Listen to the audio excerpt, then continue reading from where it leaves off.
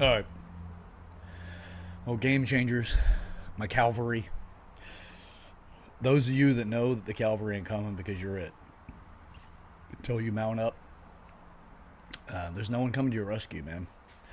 We've got this real interesting belief that somebody's going to come save us. Somebody's going to rescue us. I feel that that's directly connected to a failure to launch. I've experienced it. Hell, I'm still finding out where I'm going through it.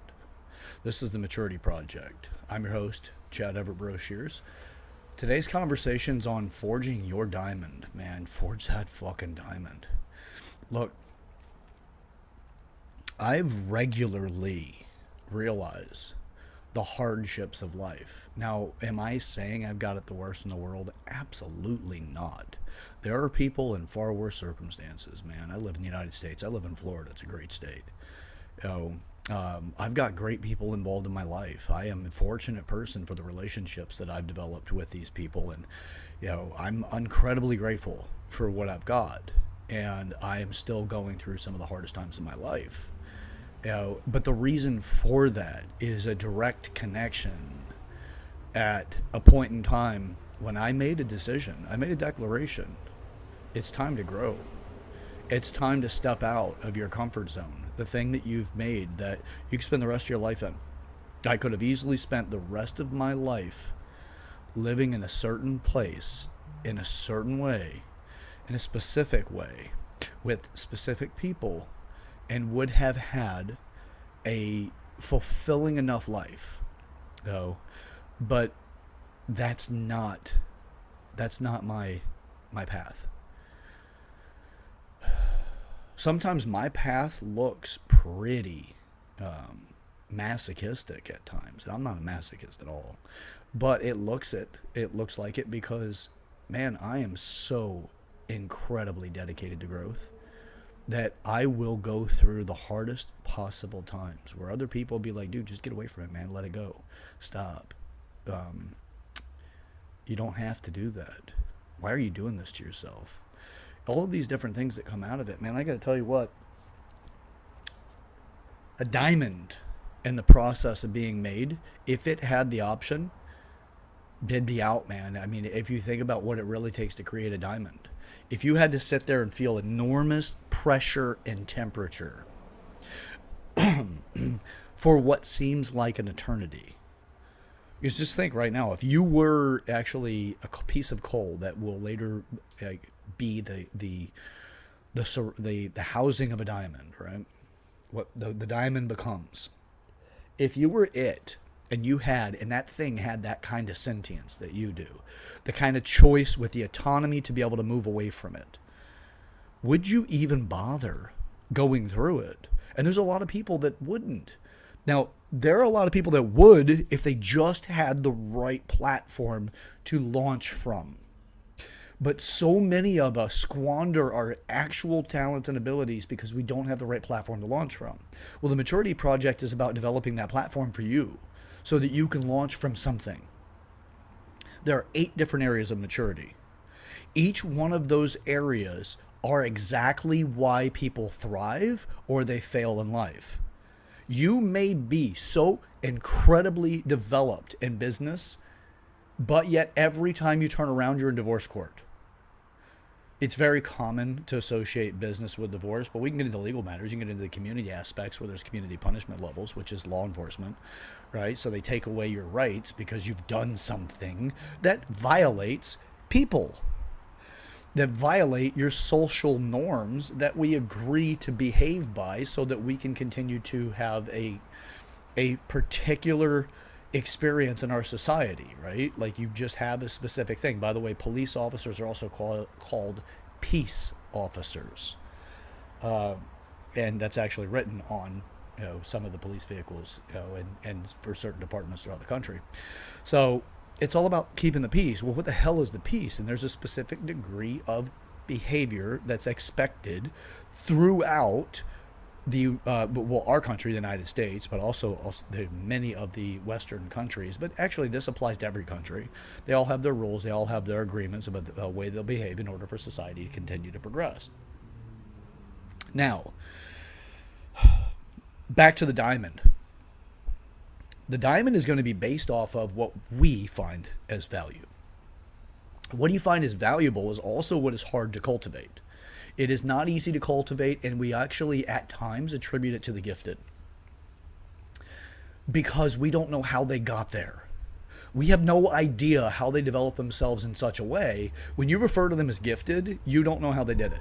And you look at it like as if it's some sort of God-given talent, some sort of special attribute that was divinely given to them, or genetically, they have some sort of genetic superiority over other people there. Versus the nurturing that life has, right? You more attribute it to nature versus nurture. And nurture would be the conditioning that life has given that individual with the cultivation of their authorities and those people, right? So you're a diamond. I look at everybody as this. You're a diamond. You're probably an unrealized diamond. And in most instances, you truly are an unrealized diamond. But how do you become valuable to others? How do you become great to others? Something that other people are willing to do something, to be around, or to be given something by you, right? And in this instance, I mean given something by you by inspiration, education, insights for growth, some sort of attribute that you may have, or resource that you may have, that they would really find that their life is better by you contributing to them. And this in this particular instance is not just money, right? Because money from anybody is just money, but money from somebody is something. If you had a celebrity step into your life right now and give you money, even if it's $5, you'd be like, I got $5 from this celebrity versus I got $5 from Joe Schmo. Why do we value that of a celebrity? So here's the thing. I'm looking at it and I go, you know what? The things that everyone else is unwilling to experience, I'm open to. It's kind of funny. I've often heard in my dating life from the women that I've dated, I've often heard I'll try anything once. A lot of the time I'll try it twice to make sure whether or not I like it or not. Could you imagine if you actually had that kind of easygoing idea or mindset when it comes to other aspects of life? God, man, I gotta tell you, this is such an interesting experience, man. It's like the richness of life is through the experiences that we have. Money buys you experiences that poverty can't allow, right? You can't get it, right? It's the extreme resource demand. Let's say that if it's the fact that somebody has money and they're a celebrity, so there's two things. There's a community maturity and then there's a financial maturity. And they go someplace and they get special red carpet treatment. Well, yeah, they've got a whole lot of something. They probably also have a good degree of sexuality in their maturity as well. Because there's a lot, whenever it comes to a celebrity, it's not one aspect that makes a celebrity. It is multiple attributes in the maturity, the 8 different areas of maturity, that make them really incredibly desirable. So a celebrity goes someplace, they get the red carpet treatment. Well, you go there and you don't have that money nor that community awareness. You don't have that resource or the maturity in the community. But you may have a very high degree of charm and charisma, which will be more in the community and sexuality categories. It's actually community, sexuality, and emotion. Now, the celebrity has that as well, but you're in different areas of each one of those areas of maturity. And you can go there and actually, because of the nature of who you are, you're so incredibly charismatic that you really stand out. There's an actor, I forgot his name, but he is in a movie. Damn it. I can describe him. I can't even think of the movie that he's in. It has to do with a road trip. He is a fairly unattractive, kind of frumpy young guy. Wears glasses. He's not in great shape. But he is incredibly charming. So charming, in fact, he disarms you. And he does it quickly. I wish I could think of the movie. I'd look him up. It's somewhat fairly recent. He comes across incredibly intelligent. I'll probably update it later. If I can think of the movie, I'll look him up also during the episode, during the recording. If not, then that's fine. I'll potentially put it in the comments category whenever I realize what movie he's in. Um, let's see. We'll give it a quick Google, just a try here. Highly charming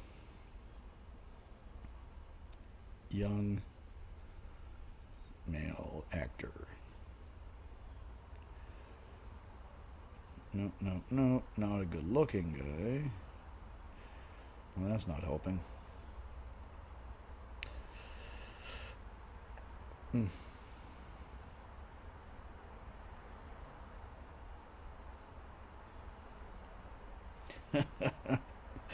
Oh, you gotta love it when you put unattractive and they give you a bunch of good looking guys. And I'm straight, and I'll say it. I don't care.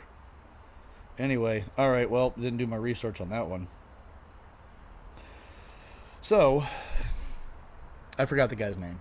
Anyway, some of you will know exactly what I'm talking about. He's more modern, he's recent as far as the films that he's been in. Um, Actually, he was in Hot Tub Time Machine 2. He was in the second one. I can actually pull him up. I'll get him now. And then we'll get done with this. We'll get this one over with. Hot Tub Time Machine 2. Here we go. Cast. And there he is. Clark Duke. Clark Duke. You're not sure who I'm talking about? Look him up. Clark Duke. The movies he's in, and every one of his movies, he's got a hell of a charisma about him. He's not a very attractive guy, but he is incredibly charismatic. So you've got a celebrity that shows up. They've got community maturity. They've got finances almost guaranteed. And I don't know of any celebrities that truly don't have degrees of finance above the average American. And they've got these attributes associated with them, right? And they've got their sexuality, and they've got that, right? They've got their things. Doesn't mean you couldn't show up and actually get the same treatment, but you would have to actually really leverage on specific attributes, and predominantly going to be in sexuality. Now, sexuality is going to be associated to the downstream to emotions. That'll have another downstream value to community that is going to give you something that other people will be like, well, that person must be somebody pretty particular and pretty freaking special because they stand out amongst all these other people and they seem like they sit right at home. So when it comes to 8 different areas of maturity, this is the way that it all works. You start combining things and you can start understanding why specific people get specific outcomes. Now, it doesn't mean that you need to have their outcomes. Actually, your most satisfying outcome is going to be the one that you create that is associated best with you. One is going to have to be you experiencing, overcoming the challenges of your past. That is the outcome directly associated with the outcome of the challenges of your past. Not the outcome somebody else has for theirs, because it'll seem like a vacuous experience. If let's say somebody steps in and says, Alakazam, and you've got that person's outcome, it won't feel the same as the realization of, I really struggled with these parts and now I'm getting recognized for those things, but I'm getting recognized in a way that aligns with the challenges that I've had. Versus, oh, well, yeah, we know you've never really had any problems with the way that you look. It's always been just the process of going through the grind to get there. And you're like, what are you talking about? I've always struggled the way I've looked. It's always been a challenge to get a relationship or a date. It's like it has to match in order for you to get the best desirable outcome. So with that, that's actually part of this, man. And look here, welcome the challenges as a gift, because they are a gift that's going to take you to another level, man. This is stuff that's going to take you someplace incredible. But you have to see it this way. Look, you can grind yourself out, man. I am going through the grinding out, the hollowing of who I was, so that I can create who I'm becoming. Right? I had somebody that's a very special person in my past reach out recently, and we stay in pretty consistent contact, but it's, our consistency is every, maybe once a week or every other week, something like that. She is one of the smartest women I've ever met. One of them. She's fantastic. She's an ex-girlfriend of mine. Just her saying that, she sent me a song. It's Michael Bolton. I love him. I actually really do enjoy his music. Her and I shared some very special moments with that artist, Michael Bolton. And she's like, this is what it was like whenever I realized I fell in love with you. And the scenery is incredible. And it just reminded her of something. And I'm like, you know what? I gave that. Her and I had amazing experiences. We had our challenges, and we had so many wonderful experiences in the process. That is a life lived, man. That is something that some people will never have. And it's like, it builds into your character. And I feel saddened that some people will not have that experience in life. And here it is. So for me also, by the way, the 8 different areas of maturity, I'm probably the most experienced in sexuality. Now, that's not trying a bunch of different gender preferences in sexuality. It is the consistent development in one particular direction. I'm a very heterosexual man. I do not down people for being homosexual. And to me, that's kind of it. There's really, I don't have a whole lot of other categories. I think they're all derivations or subcategories to either you're gay or you're straight. All the LGBTQ stuff falls underneath the gay category. And sure, there's going to be plenty of people that get mad at me about that. I don't really care. It's just, look, all I'm doing is putting category values to something. I'm myself, I'm very heterosexual, but I'm incredibly developed in that sexuality in that direction. I'm a product of my environment. I am, my father's son. Father was a Rolling Stone kind of thing. But we've got a story behind all that stuff. Everybody does. But the point of it is that actually it has become my own challenge in life. I've become very, very developed in it. And then I end up with, the challenges that come with it. I'm not saying that I'm the most developed person in the world when it comes to sexuality, but I have a higher degree in that area. Now, I have the 8 areas. There's a lot. There's like purpose is one that I spend an incredible amount of time developing myself and my purpose. Because the diamond that I have to realize my future be. I'm not trying to speak like Kamala Harris here, by the way, which I loathe that person. Politics is such a nasty stain on humanity. Makes people into the worst. Anyway, so I'm independent, by the way. If you guys want the political position and people are like, he's a Republican or he's a Democrat, I'm an independent, and I can see benefit in some of the liberal views, and I see a lot of benefit in the conservative views because of traditional values and things that we can at least replicate for the future, but I still hold the position of being an independent. So if you need to have a political position because we've become so politicized in this country, that's where I'm at. If you have a problem with it, then, that's on you, not me. And quite frankly, you can kiss my ass because I don't care. I care if you're willing to share it with me. If you don't want to share it with me and you want to sit back and say you're an asshole because you won't pick a particular direction, you can kiss my ass. So, anyway, I also decided along the way before making this video today that I have a lot that actually makes me who I am. And I keep tapering it down to try to appeal to the masses, because I don't want to alienate anybody just simply because of where I'm at right now in my life and what I find to be valuable to put my attention on. My greatest point is my purpose. My purpose is the Maturity Project. The purpose of the Maturity Project is give you a platform to launch from that gives you something that creates more fulfillment so that you can't say, it's my parents' fault that I didn't experience certain things in my life. It's somebody else's fault. No, this teaches you full responsibility. You have to be so incredibly aggressive with your responsibility that you're going to create something magnificent in your life. You don't have a choice when you take on that kind of responsibility. You're going to go through some of the worst times in your life, and you're going to have a lot of people laugh at you while you're down there. But here's the thing. They laugh at you because you took risks, because you're willing to fucking live. And then they're going to do what they do, and they say what they say, and they sit back on their little ivory towers until your tower dwarfs theirs. And then they're like, why don't you like me? I was always there. People that don't want to take risks behave like some of the worst, right? If you're willing to take risks, then you don't necessarily behave like you're some of the worst, as long as you're on the right path, the virtuous path. If you take risks and you're on the vice-driven path, you're always willing to try to take from somebody else and justify for that and to make everyone else's life worse. But one of the key problems that we have as human beings is that we constantly sit there and say, you know what? That person must be there because they cheated, or they owe me something, or there's something special about them. We always create this weird, you can't be something here.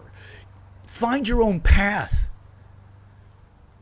Stop looking to other people and saying they're wrong because they figured it out.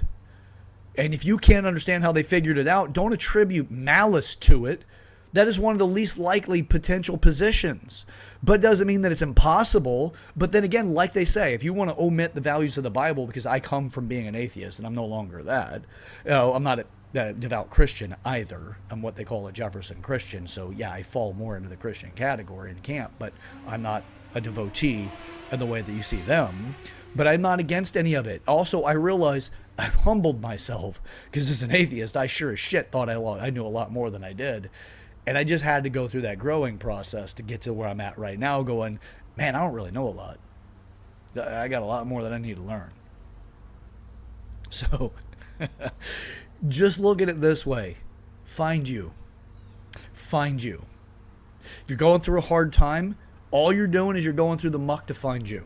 That's it. You're finding you. Life sucks right now. You're finding you. You're having a real hard time in relationships. You're finding you. You're having some financial challenges. You're finding you.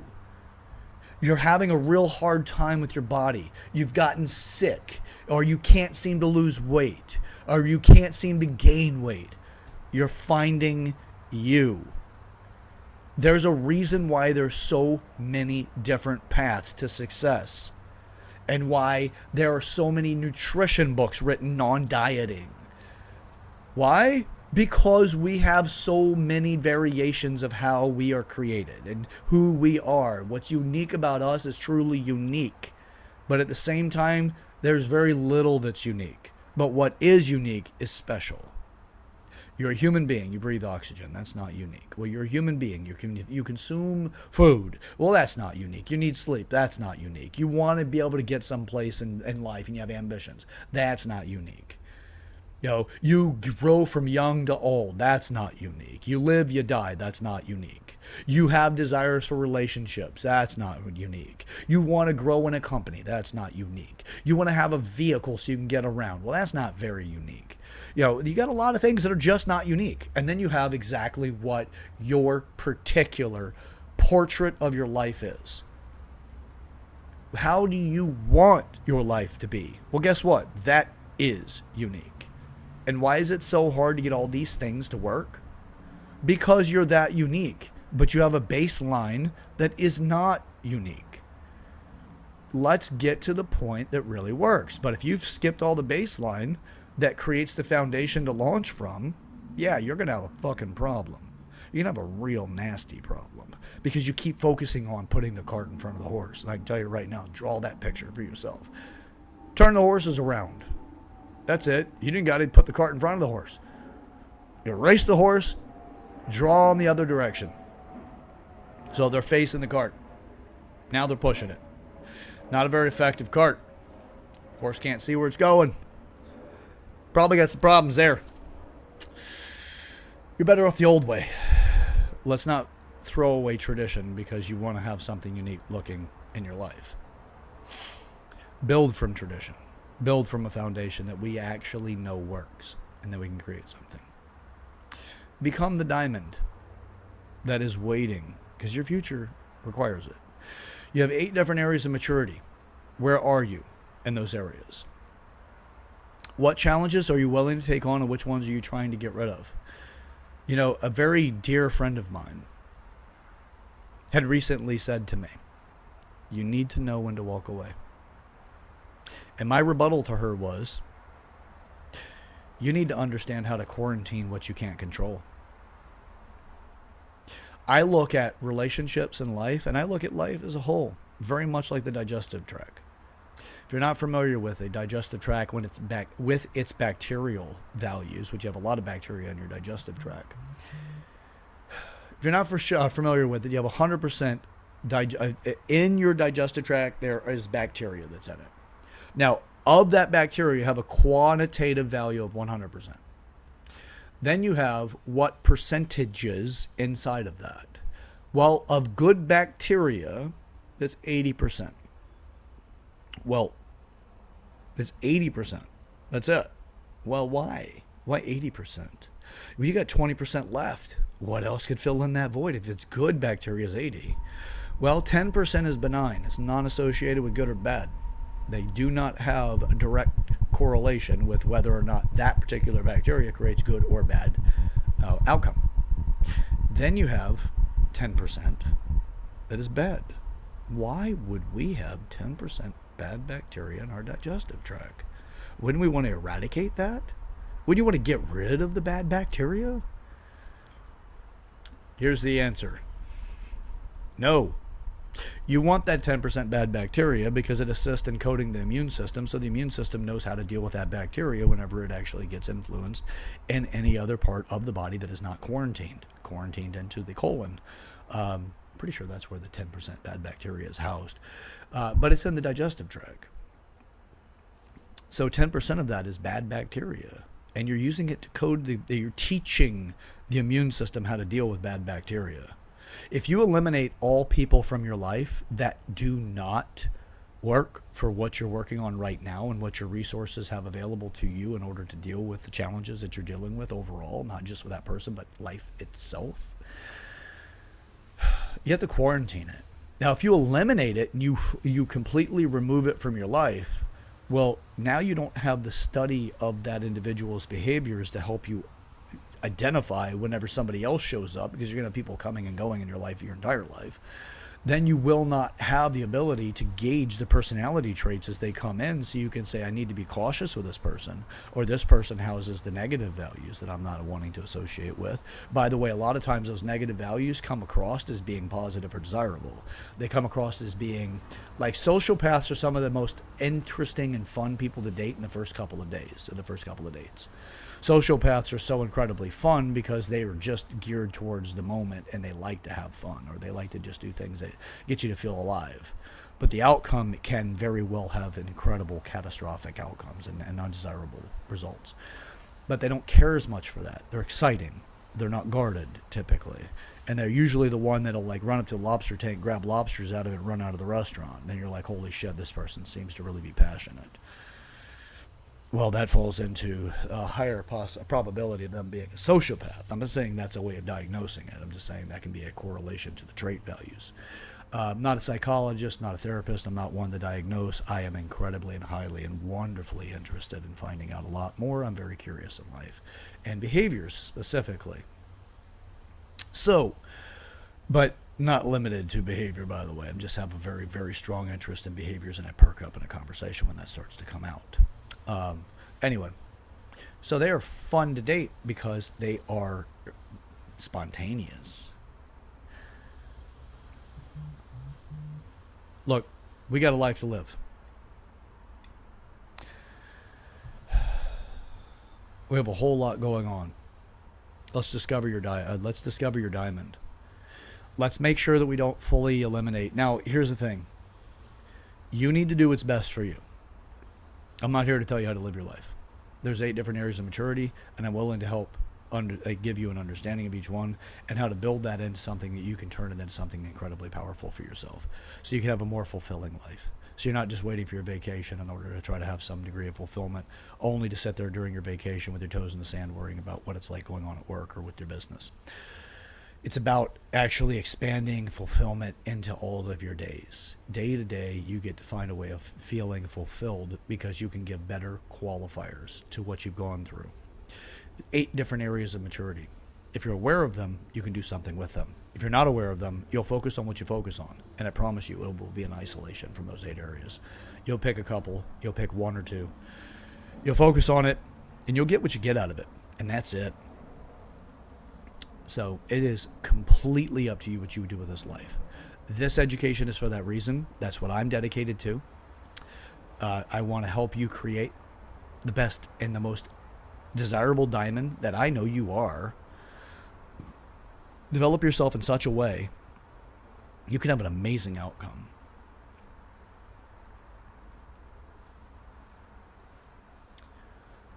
And how to not create avoidance or elimination. If you can't tolerate with what you're going through right now and somebody else is bringing that much more stress, I would definitely suggest quarantining before eliminating. Quarantining would just be restrict yourself, give yourself enough distance that you're not completely removing that person. You do have something built into that relationship enough that there's a degree of investment. It gives you the position to study so that you can better arm yourself dealing with that particular personality. But also it gives way for the long term, which is humanity. And I'm actually focused on that side. My side is the don't abandon the people that really need you. But if you're looking at it from remove toxic people, you're going to be abandoning a lot of people that need you along the way. People that are affecting a lot of people, and they've been abandoned by a lot of people. Now, I'm not saying put yourself into a position that they can completely deplete your resources, including your emotions, your money, your intellect, your time, every single element about your resources, the effect on your community because you introduce them to people or you talk about them whenever they're not around with people in your community, all those things. I'm not saying that stuff, man. Don't put yourself in harm's way necessarily. Put yourself in the capacity for harm's way that you can do something with it.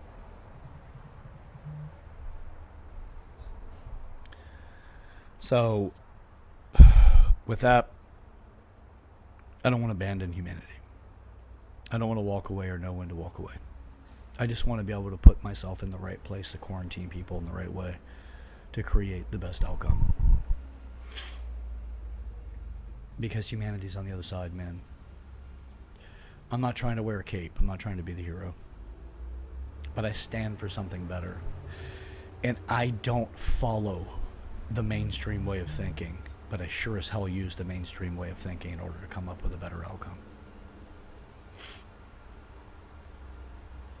So for my friend that said, you got to know when to walk away, my rebuttal to that is, you just have to know how to quarantine it the right way so that you can establish yourself in such a way that you can bring it on and you can give that person a real chance. And then I looked at her and I said, you are humanity for me. You represent humanity. And I'm not walking away from you. And I'm not walking away from anything else. I'm just going to quarantine it in a way that actually works for everything. And I will gain the right resources in order to handle that situation. Because that's my dedication to humanity. This isn't easy, but this is the only path that I know. It's the only path I'm going to be on. I am brought to you today by way of expansion, by restructuring. So, the real gist of it is you've seen the mobile studio, you've seen my office, and this is my transition space for now, and I will be building a new office here. So, all right, something for you guys to look forward to. Share the video with the people in your life that you want to make a meaningful conversation with, somebody that you want to start a new end, a new beginning with.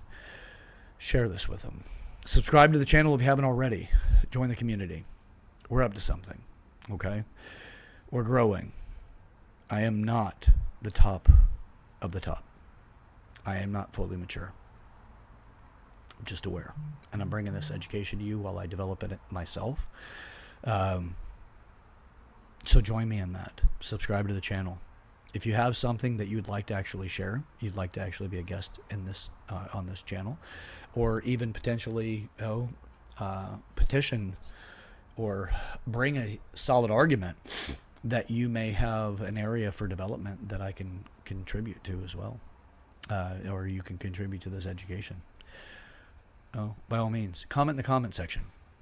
Or you can send me an email at yourmaturityproject@gmail.com. That is YOUR maturityproject@gmail.com. And we can start some correspondence there as well and start collaborating. All right. Till next time, this is The Maturity Project. I'm your host, Chad Everett Bro Shears. Share this video. Like the video so that we can get this bumped up a little bit more in the algorithm. And comment so the community can see that you are participating, though, that you are getting something out of this. All right, till next time. The path to hell is paved with good intentions. My people along the way will not create the path to hell. We'll take those good intentions and we're going to build that bridge to heaven, baby. All right, till next time. Let's get to it. Let's get up to some things, all right? Get up to it with me. Let's get up to it with the Maturity Project. What we go through, we grow through. All right, till next time. See ya.